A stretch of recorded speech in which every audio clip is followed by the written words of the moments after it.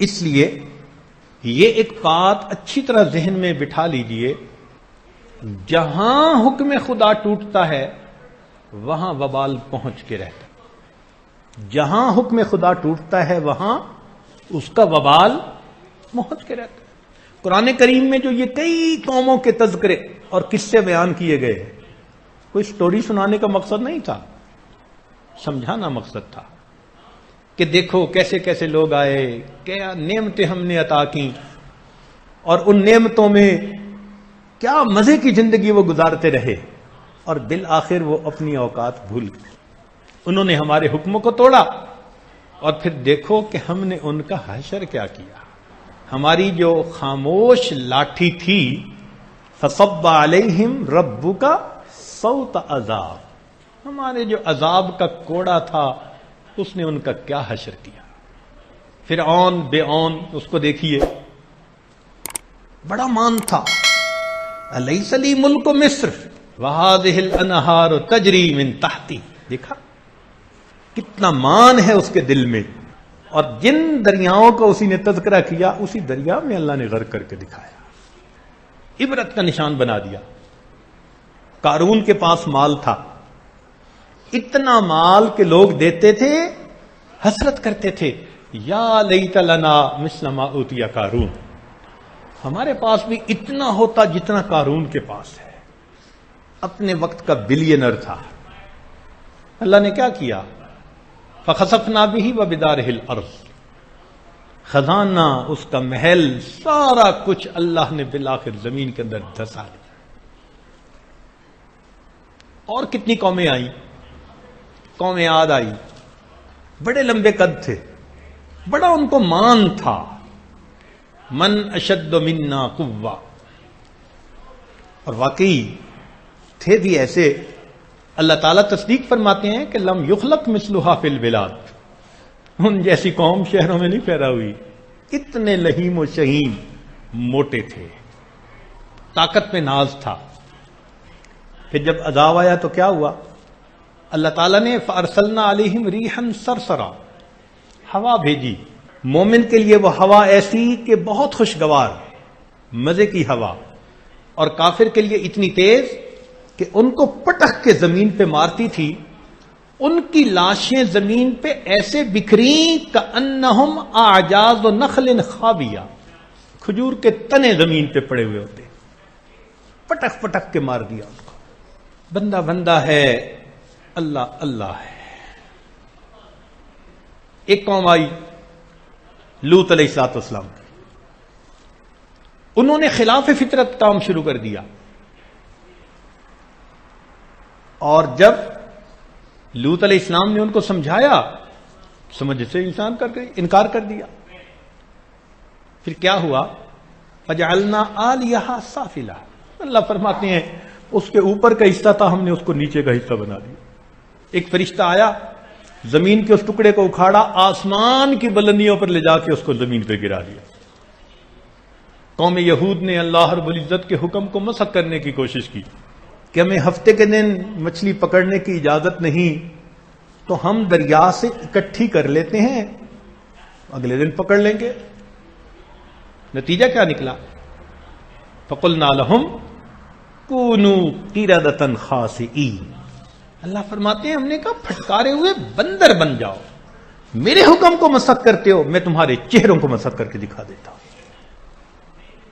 تو حکم خدا ہے، جو بندہ جرات کرتا ہے توڑنے کی، پھر اس کو اس کا وبال پہنچ کر رہتا ہے۔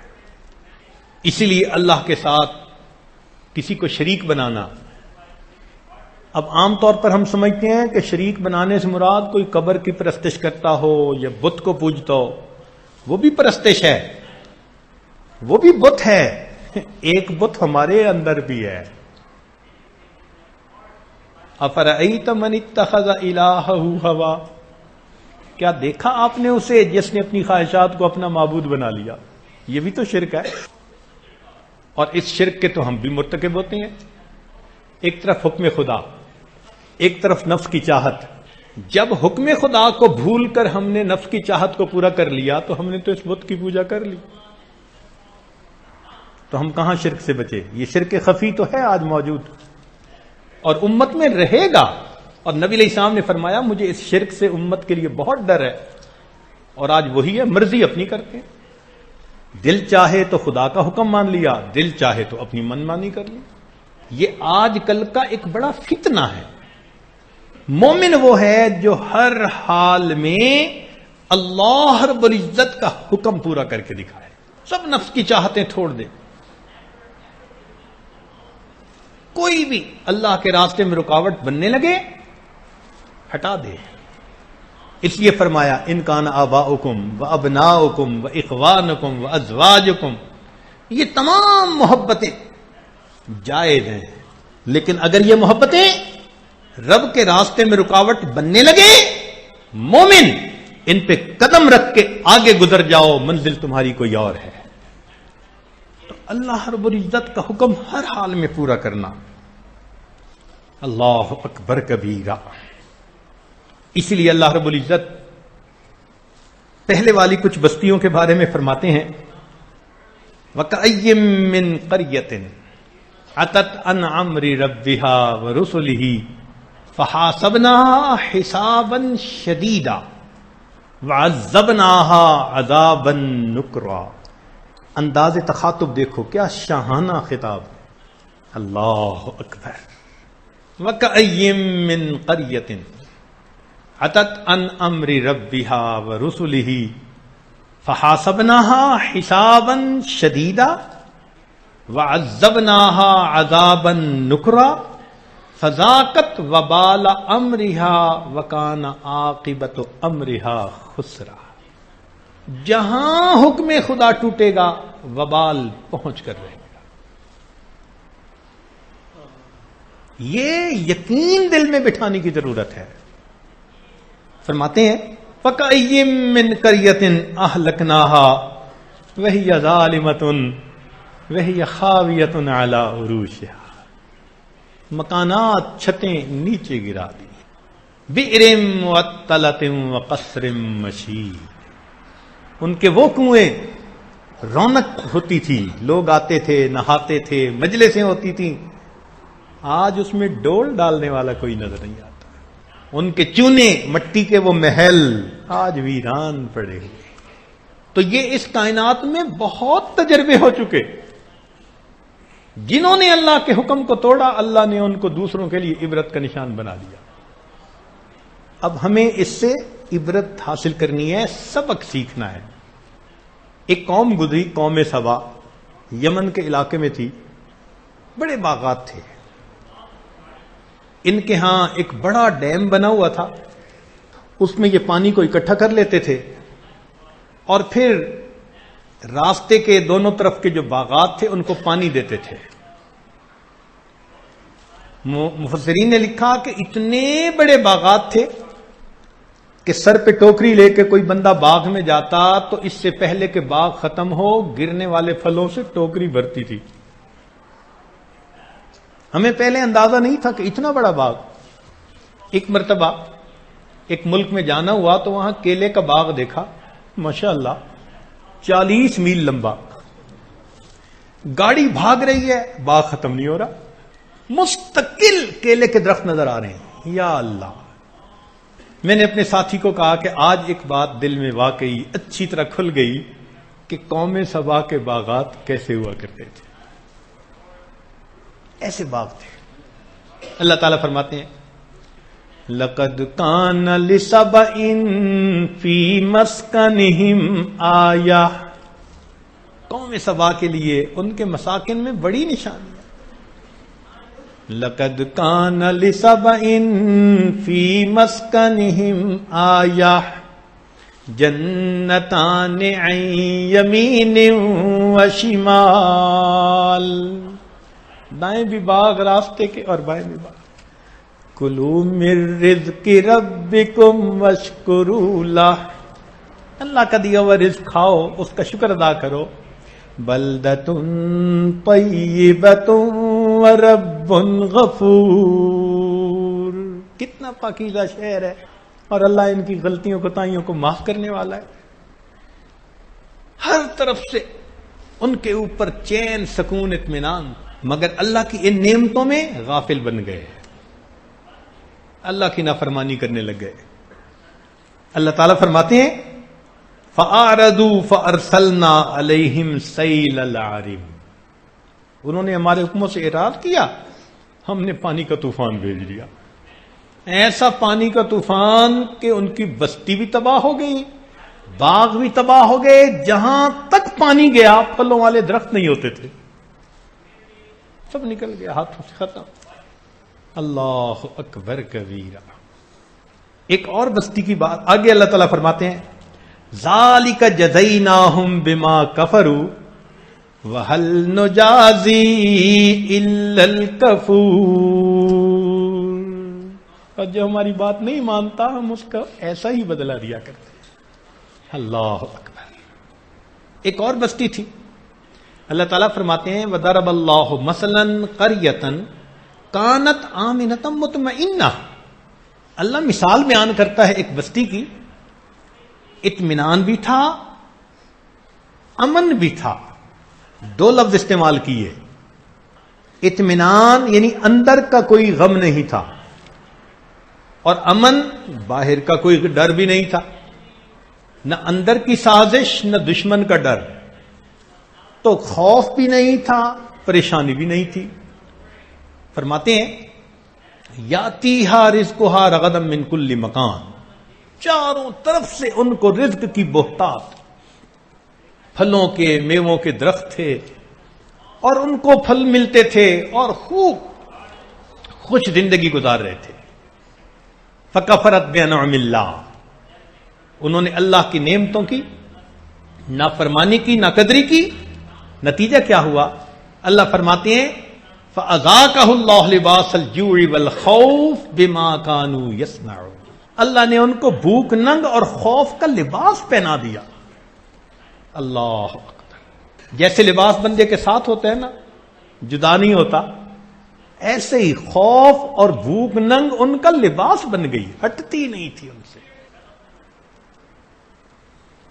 یہود بے بہبود نے اللہ رب العزت کے حکم کا مذاق بنایا۔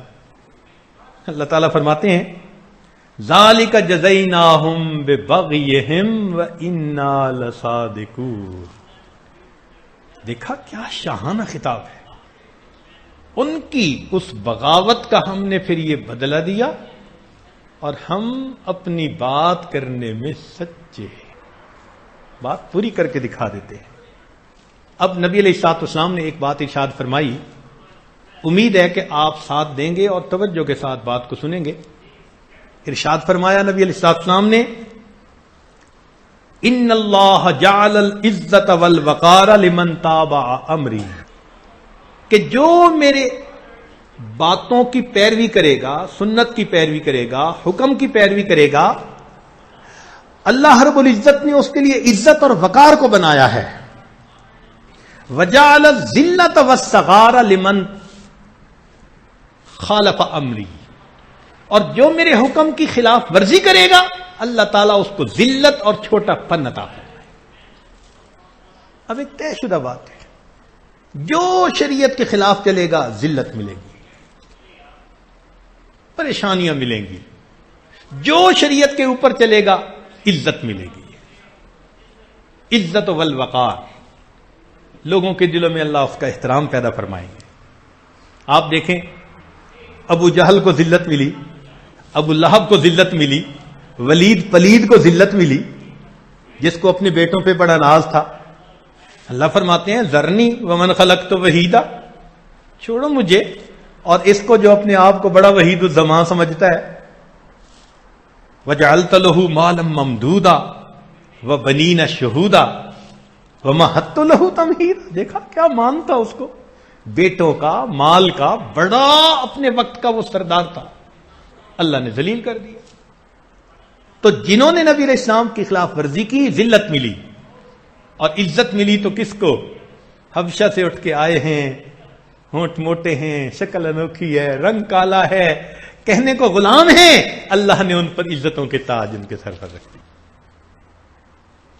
اس لیے انسان حکم خدا کو ہر حال میں پورا کرنے کی کوشش کرے، قرآن مجید میں 3 اشارے کیے گئے ہیں حکم کو توڑنے کے. تفصیل میں تو یہ عاجز نہیں جائے گا، اشارہ کر دے گا، علماء طلباء آرام سے سمجھ لیں گے. ایک ہوتا ہے اللہ کے حکم میں زیادتی کر دینا. اس کے بارے میں اللہ فرماتے ہیں یا ایھا الناس انما بغیکم علی انفسکم، تمہاری بغاوت تمہاری اپنی، اس کا وبال تمہارے اپنے اوپر آئے گا. کئی مرتبہ انسان مکر کرتا ہے، حکم کو آگے پیچھے کرنا. فرماتے ہیں ولا یحیق المکر السیئ الا باہلہ، لوٹ کے آئے گا تمہارے اہل خانہ پر. تم غیر کی عورت کی طرف بری نظر اٹھاؤ گے، کوئی نہ کوئی تمہاری عورت کی طرف بری نظر اٹھائے گا. ٹٹ فار ٹیٹ، عدلے کا بدلہ. اور تیسری بات فرمائی کہ اگر تم اس عہد کو توڑو گے تو فرمایا فبما نقضہم میثاقہم لعناہم وجعلنا قلوبہم قاسیہ. نقض عہد پہ دیکھو ان کو کیا سزا دی. اس لیے ہمارے اکابر نے کہا نہ جا اس کے تحمل پر کہ بے ڈب ہے پکڑ اس کی، نہ جا اس کے تحمل پر کہ بے ڈب ہے پکڑ اس کی، ڈر اس کی دیر گیری سے کہ ہے سخت انتقام اس کا.